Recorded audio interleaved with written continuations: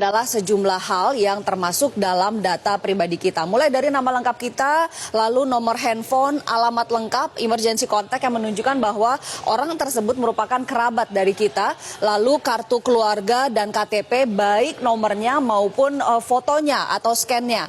Nama ibu kandung ini biasa digunakan untuk keperluan perbankan, lalu foto selfie karena bisa digunakan untuk otorisasi, apalagi foto selfie sambil memegang identitas lain seperti KTP atau KK. Berikutnya adalah nomor rekening kita dan juga slip gaji. Nah, bayangkan jika salah satu atau beberapa data ini jatuh ke tangan orang lain yang memang berniat jahat. Mereka bisa mengajukan pinjaman online misalnya dengan data kita. Uang diambil entah oleh siapa, tapi kita yang datanya masuk yang harus membayar cicilannya. Atau misalnya kita, data ini digunakan untuk dilibatkan dalam aksi terorisme atau jual beli narkoba misalnya.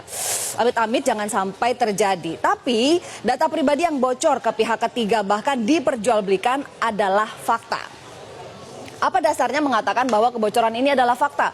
Ini yang pertama, ini terjadi pekan lalu. Banyak pelanggaran data pribadi, Google akan didenda 153 miliar rupiah. Alphabet Incorporated, perusahaan yang menaungi Google, harus membayar denda 11 juta dolar Amerika Serikat atau sekitar 153 miliar rupiah. Ini merupakan akumulasi dari 227 kasus pelanggaran data. Lalu masih dari artikel yang sama, saya mengambil dari cnnindonesia.com, disebutkan bahwa Google juga dituntut untuk kasus Y-Spy, yaitu mengambil data Wi-Fi rumah yang tidak dienkripsi berupa data-data pribadi si penghuni rumah. Caranya adalah dengan lewat mobil yang digunakan untuk proyek pemetaan Google Street View. Nah, kedua, terjadi pada pertengahan Juli lalu. Ada 70 pengemudi ojek online atau ojol di Pontianak yang menerima tagihan utang. Besarnya tidak tanggung-tanggung, mulai dari 1 juta sampai 23 juta rupiah. Padahal mereka tidak pernah mengajukan pinjaman sama sekali. Rupanya setelah ditelusuri, ini terjadi karena mereka latah mengikuti sebuah postingan di Facebook yang mengiming-imingi uang 100 ribu rupiah hanya dengan menyerahkan foto diri dan foto KTP. Ternyata foto itu disalahgunakan oleh seorang oknum untuk mengajukan pinjaman online. Akibatnya mereka yang ditagih untuk membayar pinjaman tersebut. Nah, ini pinjaman online ini saat ini marak dengan istilah pinjol atau pinjaman online. Nah, ketiga juga faktanya adalah ada pegiat keamanan siber yang dengan mudah membongkar aplikasi pinjol atau pinjaman online yang ternyata tidak menjaga kerahasiaan data pribadi penggunanya, sehingga pihak ketiga dengan mudah bisa melihat basis data pengguna aplikasi pinjaman online tersebut. Dan keempat tadi yang sudah disebutkan oleh Sumiang bahwa ada sebuah kelompok di Facebook namanya adalah Dream Market Official, tapi kemudian sudah berganti nama menjadi Jual Beli All Game dan sekarang diduga sudah berganti nama lagi. Ini adanya di Facebook dengan anggota lebih dari 71.000 orang. Isinya dari grup ini adalah kebanyakan jual beli data.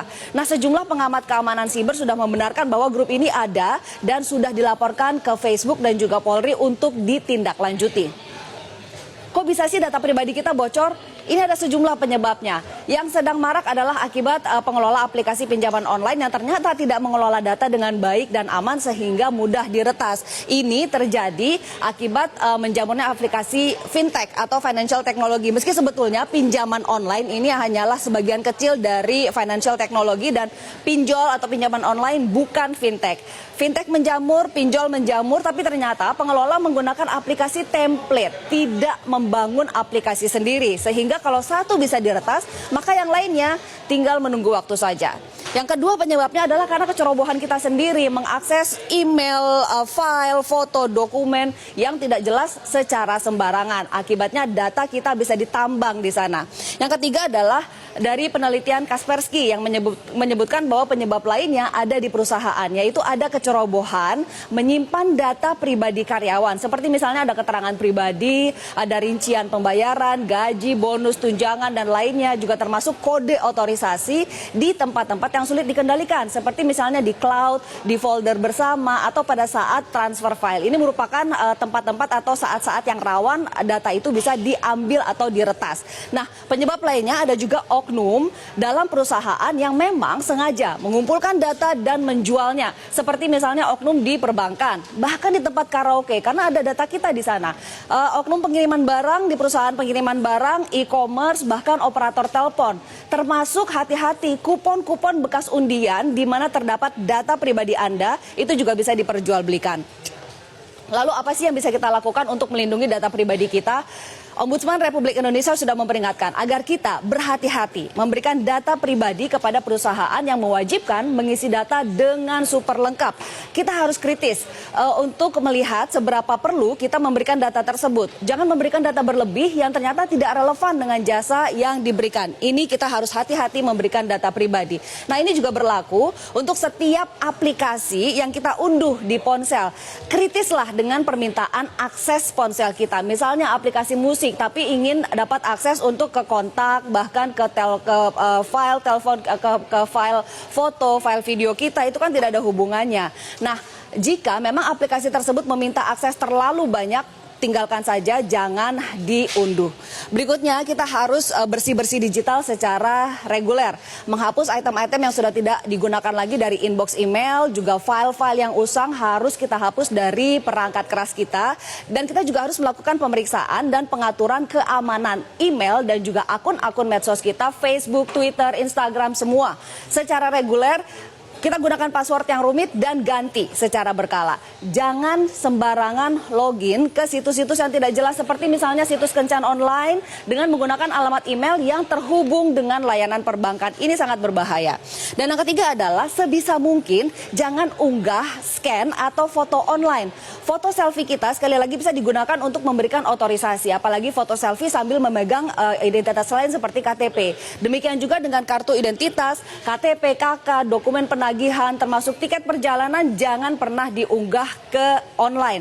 Keren sih mengunggah tiket perjalanan ke sosial media, apalagi tiket ke luar negeri. Tapi hati-hati, ini juga berarti mengumumkan kepada media Anda tidak berada di rumah dan bisa menjadi undangan bagi pihak yang berniat jahat untuk datang ke rumah Anda saat Anda tidak ada di rumah.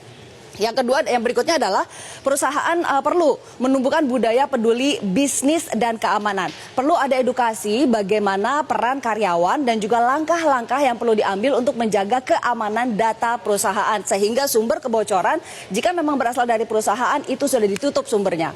Berikutnya adalah negara harus hadir. Setidaknya ada 30 loh undang-undang yang menyinggung data pribadi. Pastinya tentu saja undang-undang perbankan, ada juga undang-undang ITE, ada undang-undang administrasi kependudukan dan pencatatan sipil, undang-undang telekomunikasi, keterbukaan informasi publik, dan sebagainya. Total ada sekitar 30.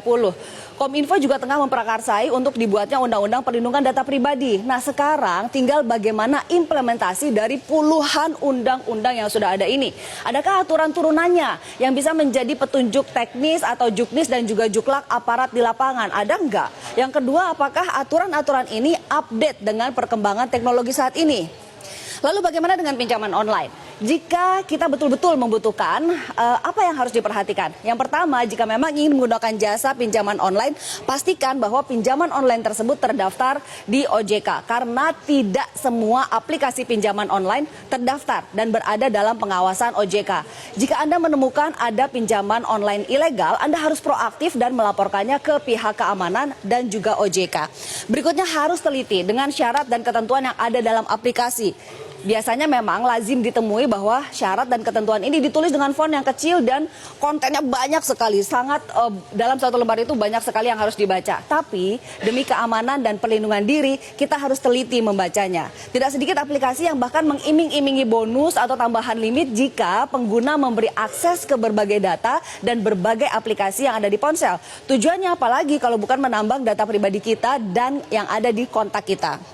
Berikutnya adalah waspada dengan permintaan akses data di ponsel. Karena tidak hanya untuk permintaan data, kita juga harus waspada untuk izin publikasi data. Penyerahan data ke pihak ketiga bisa jadi legal karena kita sudah memberikan izin untuk mempublikasikan data pribadi kita. Hati-hati. Dan pemirsa percayalah, tidak ada artinya berhati-hati, kritis, cermat, dan teliti di awal dibandingkan dengan menyesal kemudian karena data pribadi kita disalahgunakan untuk tindak kejahatan. Sumi, kembali ke Anda. Baik, terima kasih Ani Rami untuk pemaparannya.